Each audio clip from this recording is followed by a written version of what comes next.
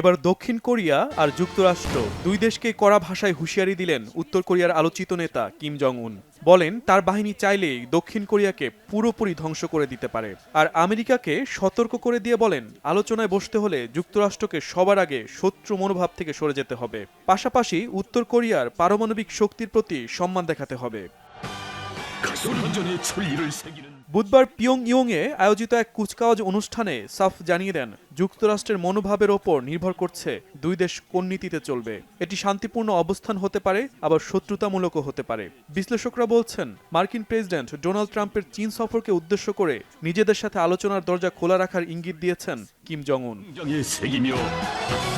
ওই দিন ভাষণে কিম পারমাণবিক সজ্জিত সেনাবাহিনীকে শক্তিশালী করতে নতুন অস্ত্র ব্যবস্থা উন্নয়নের আহ্বান জানান। এসব অস্ত্রের মধ্যে রয়েছে পানির নিচ থেকে উৎক্ষেপণযোগ্য আন্তঃমহাদেশীয় ব্যালিস্টিক মিসাইল এবং দক্ষিণ কোরিয়াকে লক্ষ্যবস্তু করতে সক্ষম আর্টিলারি ও স্বল্পপাল্লার মিসাইল সহ কৌশলগত পারমাণবিক অস্ত্র ভাণ্ডার।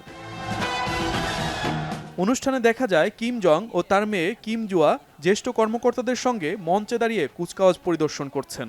বিশ্লেষকরা বলছেন কুচকাওয়াজে কিমের মেয়ে কিম জুয়ার উপস্থিতি তাকে সম্ভাব্য উত্তরসূরি হিসেবে প্রস্তুত করার ইঙ্গিত। Shahid Arafat, Bangla Vision, news desk.